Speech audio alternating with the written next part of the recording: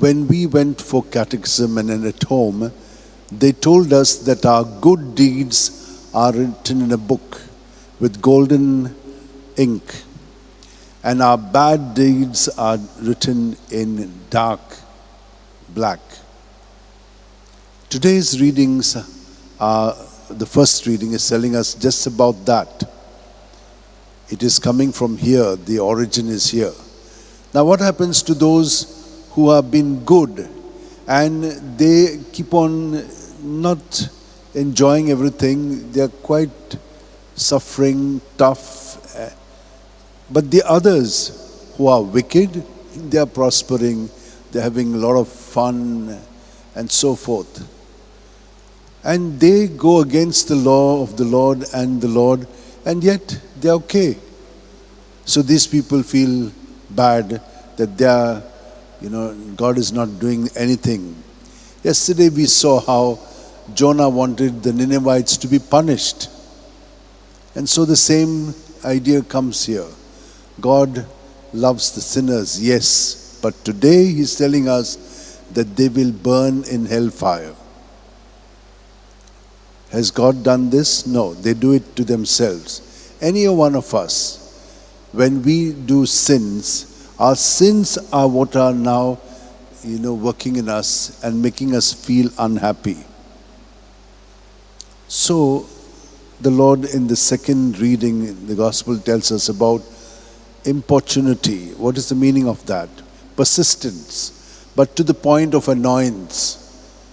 So if his friend is not giving, then he will go on asking. Yesterday in the evening, there was a friend of mine who came and they had got flowers and candles with them. And they said, we wanted to come inside, but it's already time. But these people, they persisted. They just were after us saying, buy these things, buy these things. We don't want it, forcing us to buy. Then what happened? We said we buy it for the sake of them, otherwise there will be a nuisance coming after us. So you see, to the point of annoyance, they bought it. So what is Jesus telling us? If we who are like this, God is always much more gentler. He knows already what we want, but when we ask Him, knowing that what we are asking is also in tune with what He wants to give, then we get it. Sometimes some people say, I've been asking the Lord, not getting it. He knows when to give it.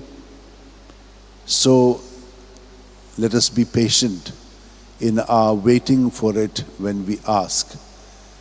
But there's something else that the Lord is also telling us. He's saying to us, when we ask, we must also be ready to receive that gift which is the most important one. And which is that gift? The Holy Spirit. Now, why the Holy Spirit? We have during these days heard how He's giving us our guardian angel. Our guardian angel is always with us. The Lord Himself is dwelling in the core of our hearts. And He has given us now the Holy Spirit. What does the Holy Spirit do? It makes us clear in our minds what Jesus wants of us. So there is a kind of relationship. And in order that this relationship might happen, there has to be a certain amount of depth. Now, how do you understand this depth? Look at a couple. When they are first kind of friendly, they come to discover themselves. When they are married, then they live with each other. Now they know each other's ways. They can understand it with very few things. If you say like this, they understand. They understand each other. Yes. So there is a depth of presence which makes them understand what they are communicating. And so also it is with the Lord. The more depth we have in our relationship, which is prayer, then we will be able to understand what He wants of us. What happens to us most of the time? We are telling Him what we want. All the time we are dictating to Him terms. But we are not sensitive to what He really knows that we should have, because we are not apart from His body. We are in the body, and That is what each one of us has to do in his body, and he will supply that to us. So that's the kind of understanding that we need when we ask. And when the Holy Spirit is given to us, he will enlighten us in all these ways and make us grow deeper to understand life and to live it more meaningfully. This is how the saints did it.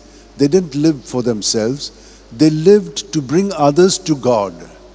And when they brought them to God, this is what happens to us. Look at St Francis Xavier. He brought Jesus to us, and we are all now growing deeper in our union with Jesus. But it is not enough there. We have also to share him with the others. Let us hold our hands together, spend a few moments in silence, just listening to him, being present to him. And if you can hear the sounds here,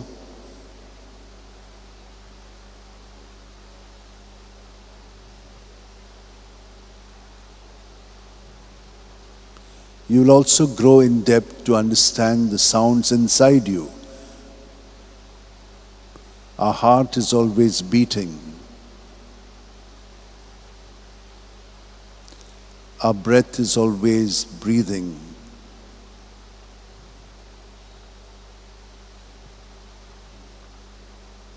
And so we become internally present to ourselves. But even more deeper, what happens in our thoughts? Where do they come from?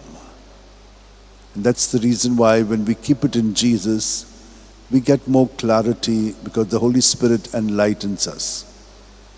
And so let us now make an offering of ourselves with this bread and wine so that our life will be more transformed into the life of Jesus, because he reforms us and conforms us to him when he comes into our hearts.